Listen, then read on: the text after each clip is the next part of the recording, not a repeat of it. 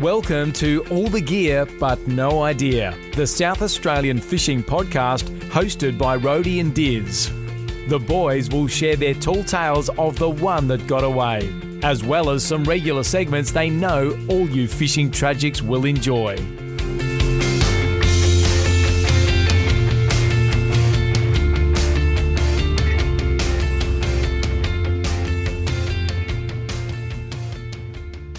G'day guys and welcome to episode 164 of All the Gear But No Idea, the South Australian Fishing Podcast. Rhodey, it's good to be with you.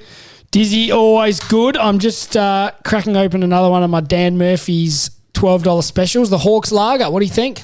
Yeah, Hawks Lager is not a bad drop. In fact, it says at the top here, every sip gives back, proudly supporting Landcare Australia. Is it a picture of Bob Hawke on the front? How do you think it would go if we had a Tony Abbott or a Malcolm Turnbull or a Julia Gillard on the front of a frothy? Yeah, I don't know. I think Hawks Lager's just got, everyone just thinks back to that iconic scene where you've got Bob Hawke there at the cricket.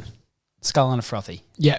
Anyway, not a bad drop. I've had worse. You will definitely remember is I think it was Bob Hawke that said after Australia won the America's Cup that said if your boss fires you for not rocking up to work today, you're a bum. Yes, that was a good quote. Before our time, but some iconic Bob Hawke moments there, and we don't have Bob Hawke on the show. You'll be intrigued to know. We've got Ashley Traeger, who is on the council down in Elliston, but also one of the crew behind the salmon fishing comp that we love covering every year, Rhodey. We do, Dizzy, and it'd be really good to chat with Trigger, as he's known, Diz, won't it?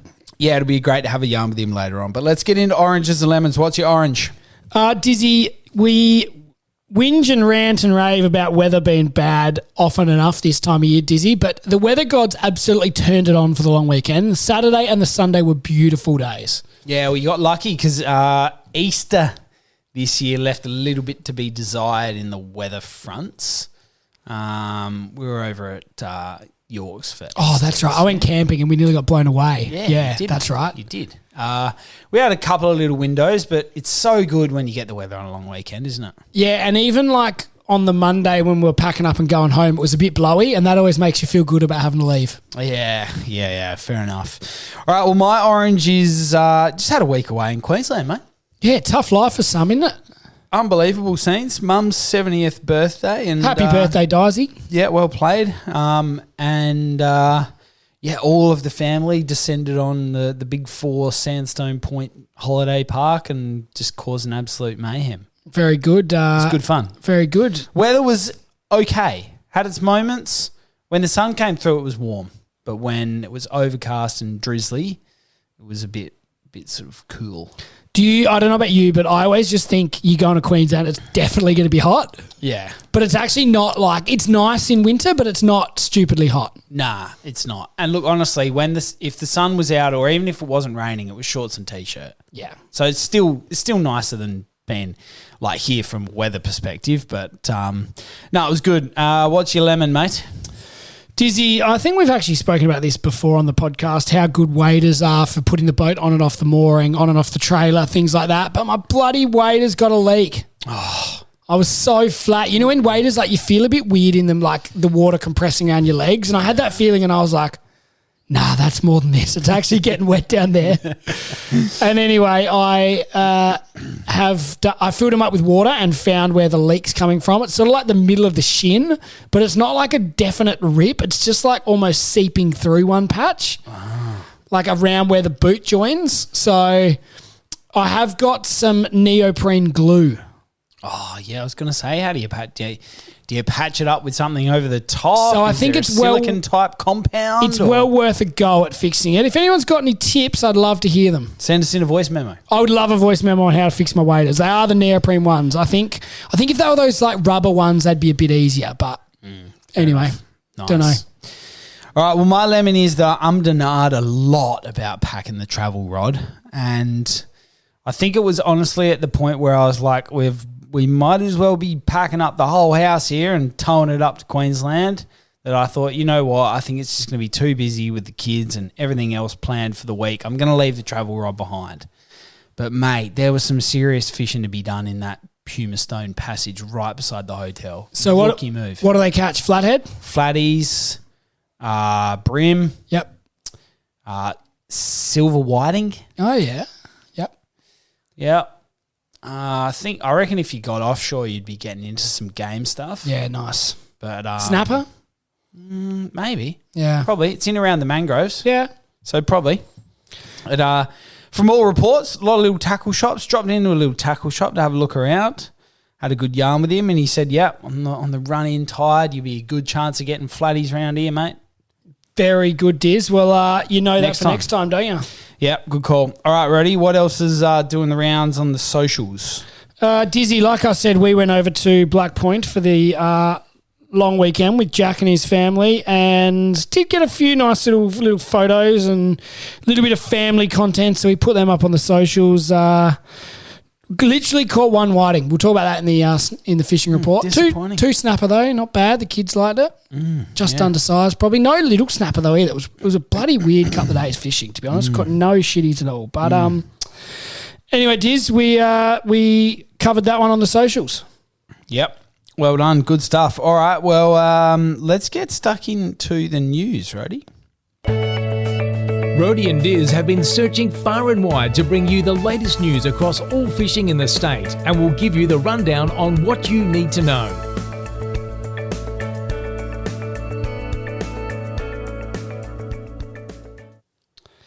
Dizzy, we've got plenty of news to cover here.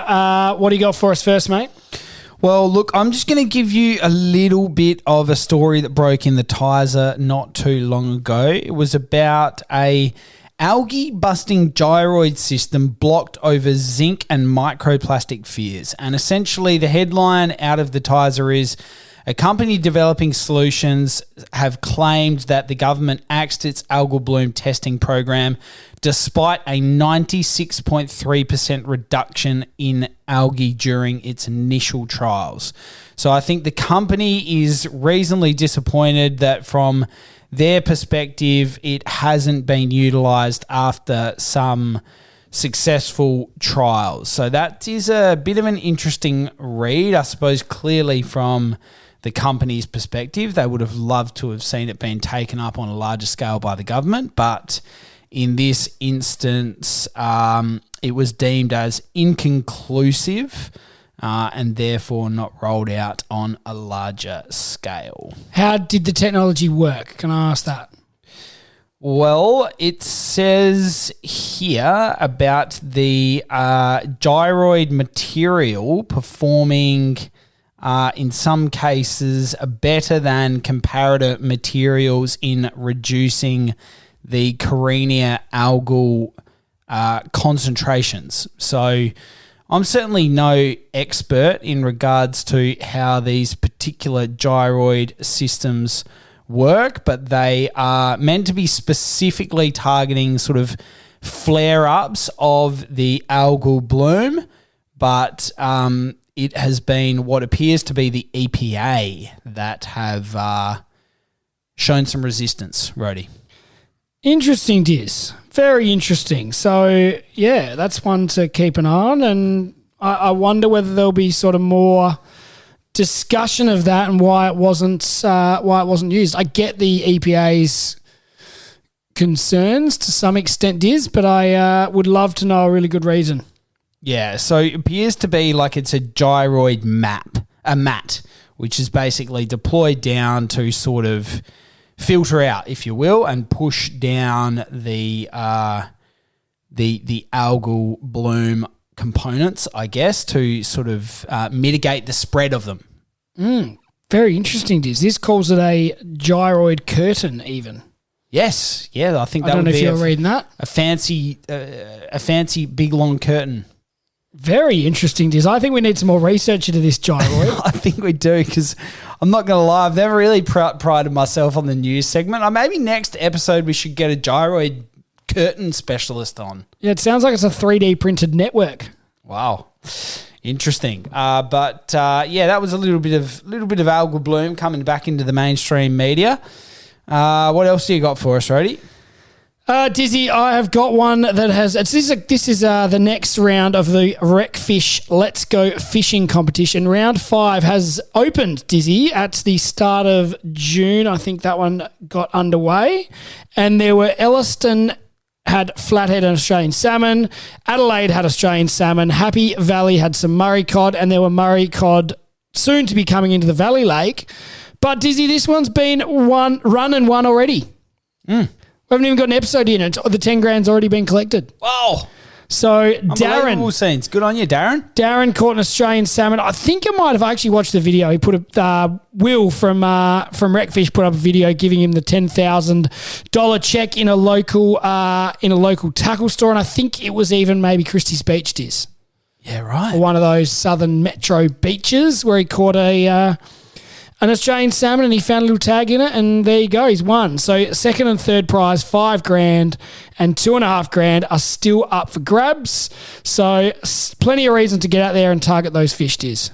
Yeah. Good call. And you got to watch those ones closely because there's always something going on at Wreckfish and something going on in the comp because they've the government, the South Australian Labor government, have certainly done a fair bit of work on supporting the recovery and encouraging people to get out there and get fishing. So this is the final round, Dizzy, and then I think they said that at the end they were going to open up any unclaimed prizes again, Diz. So that could be one to keep an eye on. Yeah, that could be a good one. Nice. All right, what else you got? Dizzy, this was something for, I suppose, the fishing and diving community here in South Australia. And something we do love to see, Dizzy, to support the divers and the fishos.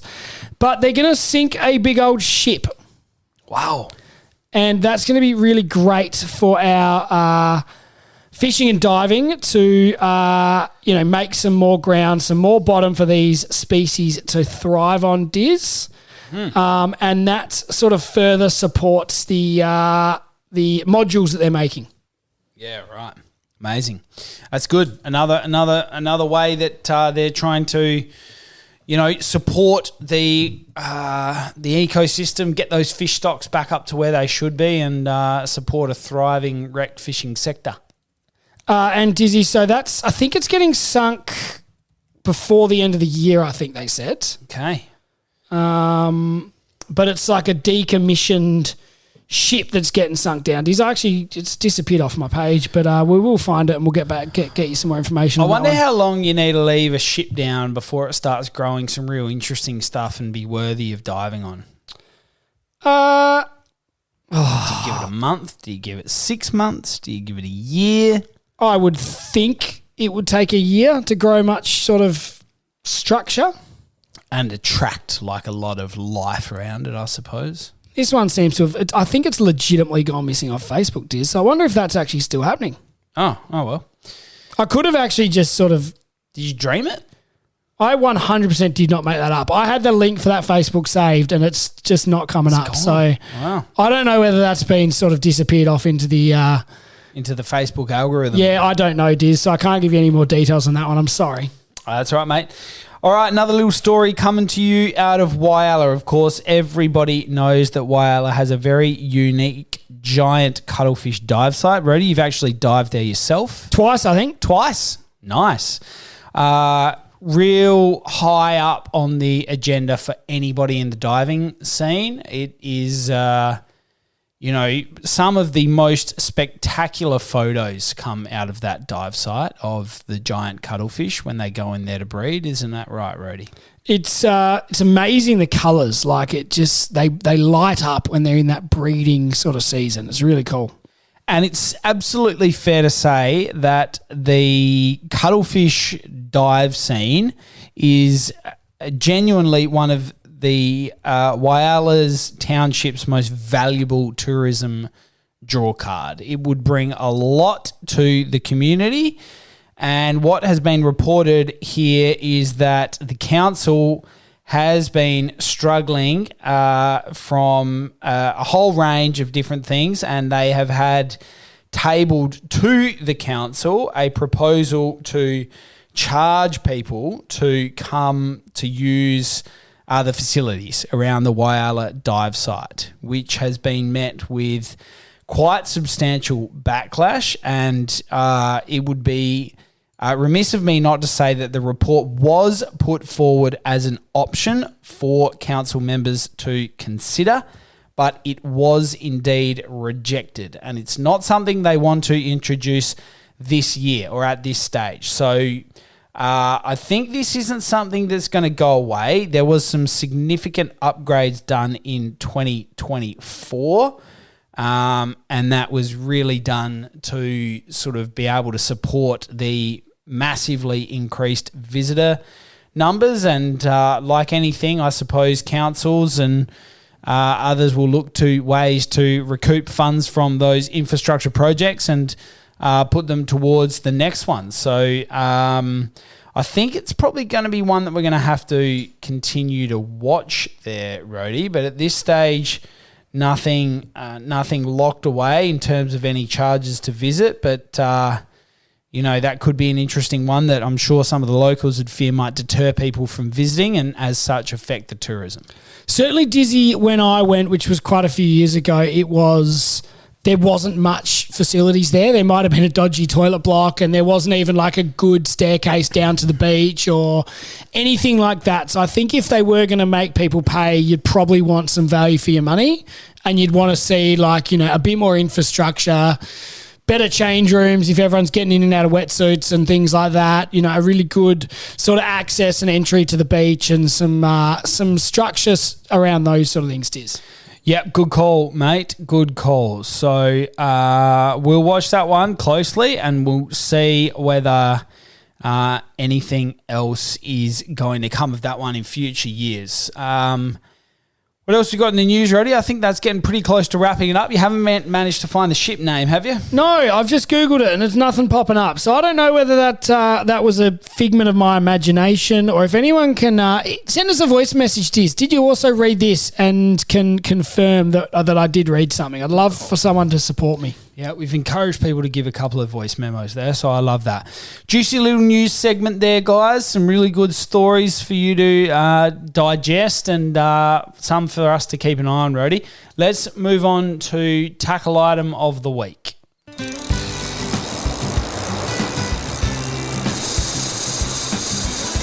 Now it's time for Rhodey and Diz to really show you what it means to have all the gear with a lot of idea as they review a tackle item of the week.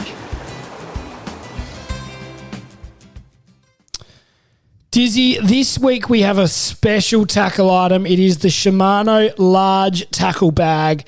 Recommended retail price of $179.99. And Dizzy, we're lucky enough to have one that we're going to give away in the next couple of weeks. That's a seriously good price. It is a good price, Dizzy, and I've got it here in my hands. It is a sturdy piece of kit. It is the beautiful classic Shimano black colouring with the nice blue text on it, Diz. Non-corrosive zippers. It's got the big sort of large main section that's got, I think there's 2 tackle trays in this one, but you can obviously put a lot more than that in. Everyone's got heaps of those trays sitting around, and they make it really easy to have your tray for your terminal tackle, your tray for your tuna, your tray for your whiting, whatever it might be. Chop and change which trays you bring out. It's then got 3 really big, large external pockets, Dizzy, that you can store all your pliers, your knives, your line, all that sort of stuff, Diz. And we've loved that since we've really been getting around all of Shimano's wonderful tackle range, is that versatility is just something that you don't have in a bygone era. You've got those tackle bags, you fold it up, there's one tray, bit of stuff in the bottom. These days, like you say, you can have your tackle bag for your river fishing, you can have your tackle tray for your inshore stuff, you can have tackle trays for your offshore stuff, and then you might have a tackle tray just full of terminal stuff that you'll leave in there for all range of fishing. And like you say, those outside sort of pockets are perfect for keeping all your pliers, maybe some knives, bit of spare line, whatever it is that you use on all of your fishing trips. And then basically, depending where you're heading and what you're doing for the weekend or the week away, you just hot swap them in and out and you're ready to go. And Dizzy, it's exactly the same as we've got the previous colour. We've got the grey one, which was the old version, Dizzy, and it's still going really strong. We've been using that for a few years. Well, that one probably fits 5 of those trays in, and it's exactly the same size as this one. Yeah. Or we often find ourselves like you end up with 2 or 3 trays, and then you have like a squidgy case. Yeah. You have a couple of lure rolls with like your hard bodies and your skirts when you're going tuna fishing. It is really versatile. It's beautiful material that's really waterproof. Keeps all your stuff in really good condition, Dizzy. So we are going to have that as a competition coming up really soon. So keep your eyes on our socials, and we'll have some more details on how you can win this Shimano large tackle bag in the next couple of weeks. And like you said as well, it's not that kit that sort of might get you through one season and then zip goes on you. Like we've had these bags on and off the boat, down at the whether we've done some land-based stuff down near the water. You can put them through their paces and they still just live up to the challenge every time. They're a great piece of kit. So you'll be watching that one very closely. I'm sure all you listeners to wait and see how you can get your hands on this in our prize. It's a spectacular prize. Like Rody said, valued at close to $180. So it's certainly worthwhile getting around. Maybe for that one we should submit your voice memos. Yes, I do like it. I'll put some work into that for you, Diz. All right, one to watch. Rody, let's move on from the tackle item of the week. We're going to get our guest, as we said at the top of the show, Ashley Traeger, or Trigger as he prefers to be known. He's on the council down in Elliston, a lovely part of South Australia. Some wonderful fishing opportunities, whether you're heading out to Flinders Island or whether you're getting down on the beach chasing some of those big salmon that come through at this time of year. And he's going to tell us all about the salmon fishing comp, which, as you'd all know, we cover every year. Rody, let's get Trigger on the line. Now it's time to get our guest on the line. We'll ask them the all-important 5 questions, then chat all things fishing in SA.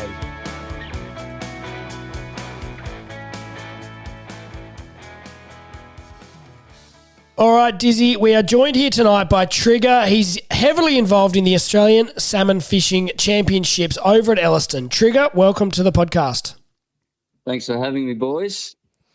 Trigger, we are very much looking forward to chatting all things salmon comp and the fishing that you get up to over there on the far west coast. But, mate, before we do, let's get into the 5 questions we ask all of our guests. So, first of all, tell us about your best fish. Probably the best. I've got a couple, but probably the one that tips the scales for me is I caught a 1.2 metre kingfish at Port Augusta in 1996 with a mate of mine. We snuck into the power station back then when the power station was still going at Port Augusta, and we're fishing with surf rods on the hot water outlet. It was like a little creek that the water that went through the power station was pumped back out into the Gulf, and the kingfish used to zip up and down there regularly. And I spent 2 years trying to catch one. I got busted off probably dozens of times, but finally managed to keep one, and it took me about 40 minutes, but I managed to get him up on the rocks. And, it was about 1.2 metres, and, it was probably the fish that I would say was my best to date. Very good. I have heard about that little outlet from the power station back in the day. It's still a good spot to fish, Port Augusta, for kingfish, but it must have been pretty amazing back then.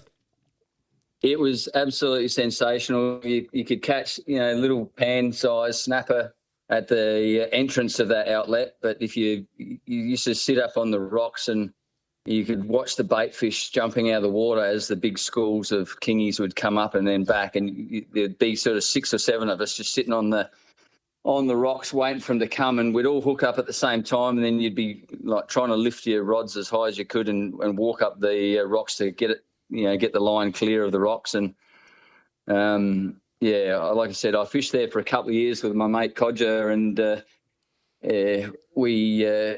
I think he caught one and I caught one in 2 years of trying, and we were out there regularly. So it was a challenge, but it was well worth it in the end. Very good. Now, Trigger, tell us your favourite thing about fishing. Well, I've fished my whole life. You can fish with mates and have a good time, or you can go out on your own and have an even better time. It's just something that it doesn't cost you much money. You can bit of fishing gear and a bit of bait, and you can spend a day just relaxing and having fun in the boat or on the beach, on the rocks, on the cliffs, whatever. It's just a it can be peaceful. Sometimes you can go out and not catch a single fish and still have a great day, but there's nothing better than coming home with a feed of fish and spending the day out in the ocean or on the river or wherever you want to go. It's just, I've done it my whole life. And, it's in my blood. Yeah, epic, mate. Couldn't agree more. Now, tell us, Trigger, your first fishing memory or what got you into it? Well, I basically used to go to my grandparents lived at Port Victoria on the York Peninsula, and they were right at the end of the road that led to the boat ramp. And I think I was about 12, and I found a fishing reel with a squid jig on it. And I went down to the rocks near the boat ramp at Port Victoria, and I started throwing this thing around, and I caught a bucket full of squid. And so I walked down to Sly's Fish Factory at Port Victoria and walked in there and said, how much for these? And they gave me a heap of money, and I gave them the squid. And then I went down to the deli at the end of the jetty at Port Victoria, and I bought a heap more fishing gear. And then the next day I went out and I caught a heap more squid with all the extra fishing gear I had. And I basically spent the school holidays catching and selling squid. And I've still got the original reels that I bought when I was 12 back then. And I just kept catching squid and selling it and buying more fishing gear. And that's just how I got hooked into it.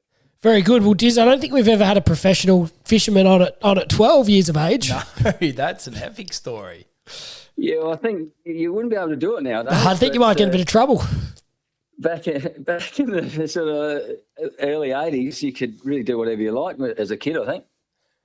Yeah, good call though with the good old days. And what a story. I think I was expecting you, seeing as you'd said it, you've been fishing your whole life. We have a lot of people, your grandparents got you into it, or my dad or my mum or whatever.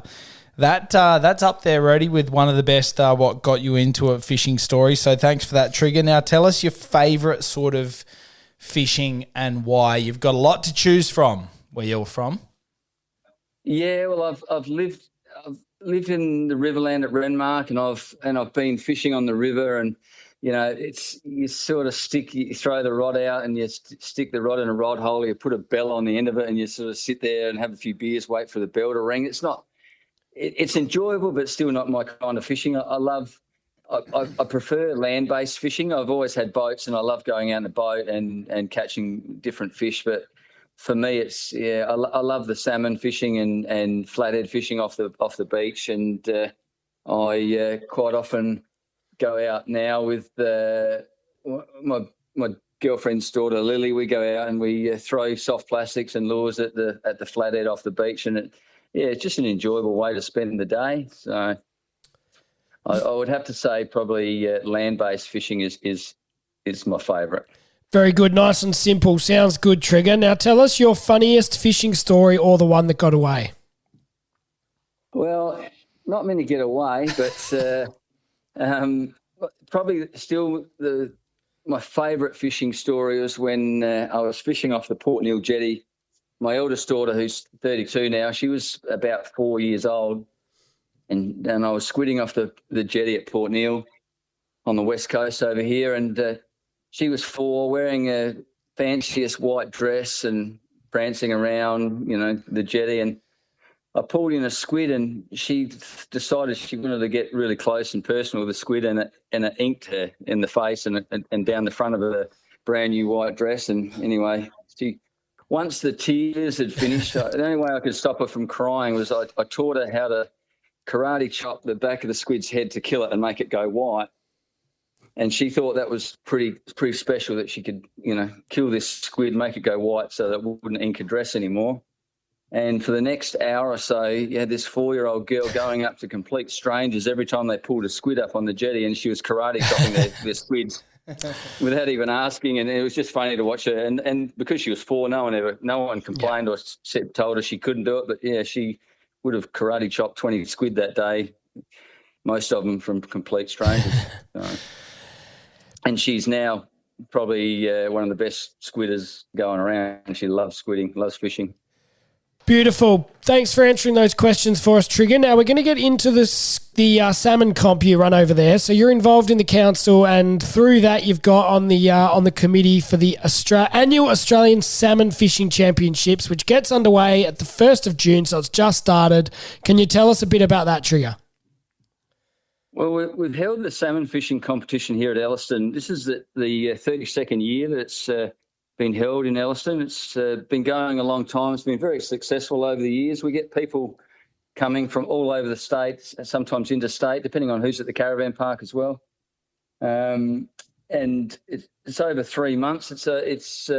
Starts today and ends the 31st of August.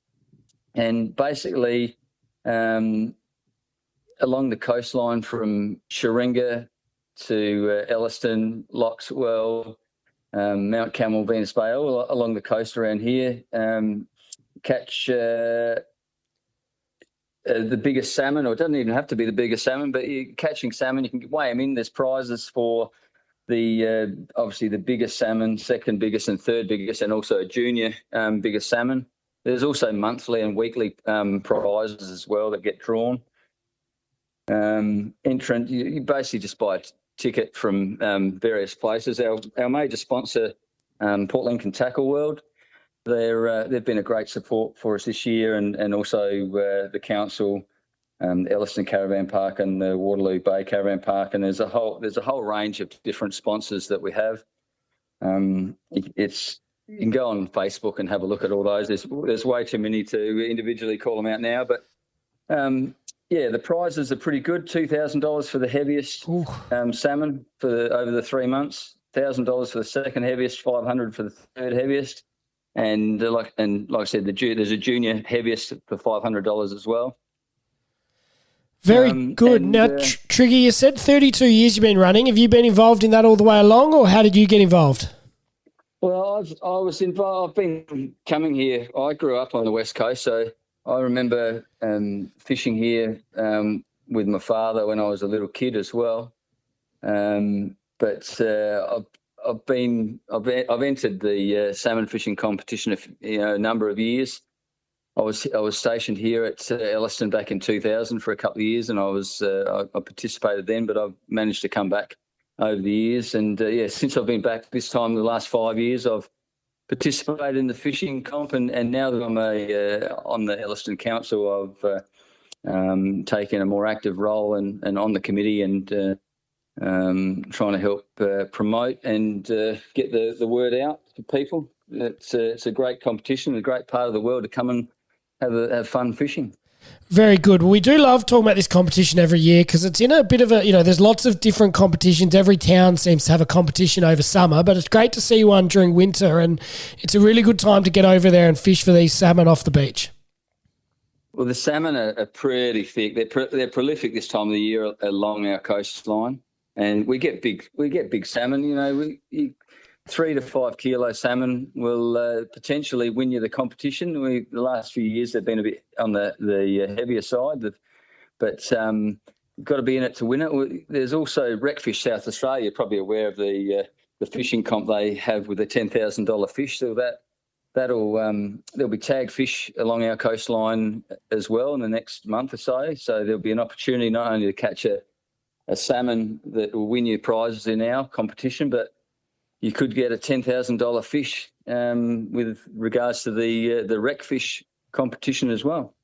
Plenty of reasons to get over there and get around it. And one thing, like you said, they're prolific at this time of year, but another thing, and we've obviously followed the algal bloom quite closely, and, fortunately, at least from our perspective, it doesn't seem to have done too much damage over on the West Coast at this point in time, but the salmon fishing, like even along our coastline, Metro and around, seem to hold up pretty good through the algal bloom. So hopefully it's a really good year, and hopefully they get some big ones in the comp as the winners. Yeah, we haven't been affected by the algal bloom over this way, so you won't have any dramas with that over here. I think salmon are hardy fish. They don't sit around in one spot all that for very long. So I don't think the algal bloom has as much effect on them as you would get the other schooling type fish that sort of hang around on the bottom and the surface in one particular area. So, Traeger, sorry, have you ever gone close to winning the competition? You ever got a top 3 finish or anything like that? No, but this is the year, brother. This is the year. I'm feeling confident that Lily and I, we're going to go out and target a few big ones. So we might take home a prize, hopefully. But we've had a lot of the winners in recent years come from Adelaide or Whyalla and out of town. We don't we share the prizes around. We don't keep all the prize money in Elliston. That's been for sure. And Traeger, tell us about the fishing over that way sort of at the moment. Has it been a good season, both on the salmon and all the other species you've got on offer over there? Yep, the whiting have been going pretty good. I mean, you've got to pick your days with the wind. We've had a fairly windy start to the year. But when we do get those good days and you get out in the boat and even on the beaches, you can catch your whiting and flathead on the beaches. The jetty, there's squid and tommies and gar around in the bay, but the fishing's been pretty good. It's always pretty steady over here.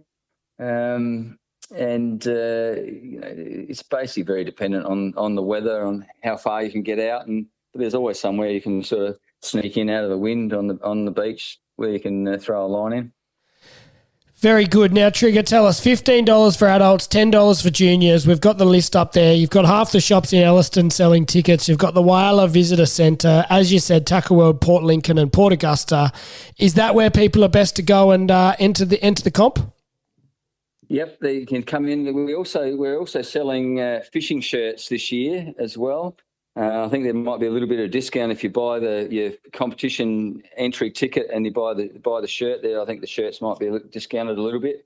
But there's if you go on Facebook and Elliston Council website, you'll find a link to the annual Australian Salmon Fishing Competition in Elliston, and they've got all the locations that you can purchase tickets from. And how you go about it. They've got the rules of the competition, especially in regards to the weigh-ins. And this year we're restricting the major prizes to one. Only a single person can only win one major prize. So you won't have one person taking out the three or two or three of the major prizes that shares around. So everyone gets a bit more of a chance to take home a prize. There's also a photography competition. You can take photos of out on the beach fishing or your catch and all that sort of thing, and prizes will be drawn for entries in regards to the photography competition as well. There's a plethora of ways to win money, and even if you don't win any money, you get to come and fish on the greatest beaches in South Australia. So it's a win-win. Very good. Now, Traeger, one last question before we let you go. By calling the competition the Australian Salmon Fishing Championship rather than the Elliston Fishing Competition, are you claiming to be the best salmon fishing in the country? Well, we probably are, but we're actually catching Australian salmon, not Elliston salmon. Good call. That's a good call. So, but you probably do have up there. I was going to say, you're probably up there with the best spot to go and get big salmon, certainly. Is that fair? Yeah, we do have a lot of salmon and big salmon. You go to Loxwell or Sharinga or Mount Camel, you'll quite often, if you pull up on the right day, it'll look like there's an algal bloom out there because there'll be a big patch of black sort of swirling water. And, if you're there on the right day, it's not hard to catch a esky full of salmon. Very good. Well, Traeger, thanks for coming on and promoting the salmon fishing comp, and we love following it on Facebook. As we say, it's a really good competition running in this quieter time of the year for a lot of other comps, and something we'd certainly love to come over and have a crack at one day. No worries, brother. And, you're more than welcome to come over and I'll take you fishing anytime. And thanks for having me on and helping promote the competition. It's a good time of the year for people to come over, and the beaches are good and the salmon are everywhere. So good luck to everyone who comes over and has a crack. Awesome, mate. Thanks again. And, you won't need to ask us twice for that invite. We'll definitely take you up on that, mate, and we'll look forward to keeping in touch. All right, boys. Thanks again. Dizzy, that was great to chat all things the Australian Salmon Fishing Competition, something as we said, we've talked about a lot, but we've never had a guest on to discuss it in detail. Yeah, I know. It was really good to have a chat with Traeger. He obviously gets around it. He knows where the fish are biting and sounds like a wealth of knowledge. And I reckon Elliston would definitely be one of those places, if you dropped in for a few tips and tricks, they'd be very willing to share with you, Rhodey. Do you know what I feel a bit silly about? I asked Trigger whether or not it was a bit arrogant, them naming it the Australian Salmon Fishing Competition. I didn't even think that it was talking about like Australian salmon, as in that's what the fish is called. Yeah, well, you get that with the big jobs. Anyway, all good. All right, Rhodey, let's get into the fishing report before we wrap this one up. Rhodey and Diz have been out on the water to bring you the news about where they're biting. Now it's time for the fishing report.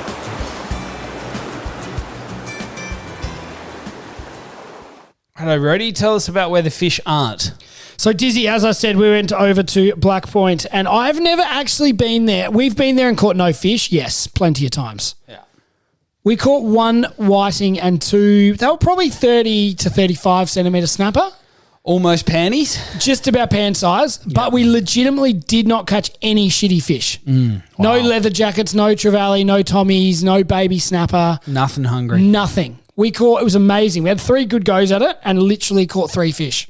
Wow. Barely lost a bait. We barely got through 1 bag of cockles. That's crazy. It's unbelievable when that happens, because sometimes you'll go to some of those places, whether it's out, She Oak Flat or further around to Port Vincent where we love to fish around there, and you just can't get away from them. Yeah, I was a bit lost. We actually had the GoPro on the Burley Pot too, Diz, which we should talk about in another episode, and not much to be seen down there. 1 big school of silver trevally, Yeah. couple of leather jackets and a couple of snapper, but not a lot. Not like the Balgowan fishing charters that, get some serious content. No, Dolphins, I actually great like whites. doing that, and I do when you just obviously scroll through the video. You don't want to sit there and watch 20 minutes of nothing, but you scroll through and you just keep waiting for a big grey shark or something to come Something across cool the to go screen, past, but wasn't much to see down there, Diz. Nah, fair enough. All right, no worries. Well, what we have been seeing across the socials and hearing from around the traps is Metro Whiting have been firing. So Clifty is always great at posting. Actually, speaking of which, we should do a bit of a shout out to Clifty. I think it might be this Saturday or next Saturday is like his official last day, and they're doing a barbecue. If you jump on their Facebook, you'll find out the day, and one of Clifty's really long-time loyal workers who has delivered a lot for the tackle store, Clifty, and all of us who love visiting, is also going to have a bit of a send-off on that weekend, I think, as he sails off into the sunset in retirement as well after working for there for quite some time. So if you're in the area, drop in, say good day, have a snag. 27th of June it is, Diz, so it's not this weekend, it's the next weekend, and obviously that will be Clifty's last day, and Teff, who's a great guy in there as well, is giving it up, and a big congratulations to Darren, who's taking over the business, as we've already spoken about, but it's now official, I suppose, Diz. Yeah. So that'll be a nice little celebratory, but Clifty's been out there doing the damage on the tings. He'll always keep you up to date about where he's getting them and give you a good reason to get out there and get around it. But North Haven also roadie firing, I've heard. Yeah, I think we'll be hearing plenty of, Clifty got whiting again. Got whiting again. Yeah. Now he's hung up the boots. Yeah, he'll be out there. More time for fishing. You know exactly where they are. Roadie, bit quiet on the barrels, probably because of the weather. The weather's been pretty horrific, Dizzy, but I did message Brad from Flurio Charters, and he said Friday. Got one last Friday. Oof, still there. And then schoolfish on Saturday. Wow. So one big one, couple of schoolies. Signs are okay, Dizzy. It has been pretty rough, so that's why no one's really been out there up until then. Hopefully the bait is just hanging around there and it's keeping those big boys well fed, and sounds like the schoolies are hanging around there too. They certainly are, Diz, so there's a bit of hope that they could be on for another run. Who knows? Yeah, good stuff. All right, what else do you got for us before we wrap this one up? Dizzy, plenty of salmon. I saw Southport. Someone shared a photo when we posted on the long weekend. They got a good feed at Southport. As we said, Christie's Beach, I think, was where the winner came from. Someone else sent us a picture. I can't remember who it was, but they got salmon down the bottom end of Yorks as well. Dizzy, I can't remember if that was Dolphin Bay. I reckon they might have got a good sized salmon down there, Diz. So plenty at the bottom of Yorks as well. Plenty of reasons to get out there, guys. Always a good time out on the water, and you don't need us to tell you that. Just get out there and get around it. And obviously the West Coast, Elliston, they're firing over there, Dizzy. I've seen they've put up the first weekly, is it weekly winner? Yeah. Mystery weight winner, I think it was, Diz. Yep. They've always got a prize. There's something for everyone down there. But, of course, the big ones are really, good prizes, as Trigger helped cover off earlier. So, you know where to find the episode, guys. Anywhere you download your podcast, you'll find this one. And we'll speak to you next time. See you guys. Rhodey and Diz hope you enjoyed today's episode of All the Gear But No Idea. Keep up to date by liking and sharing us on Facebook and Instagram. And you can subscribe on all the major podcast platforms. Until next time, good luck fishing.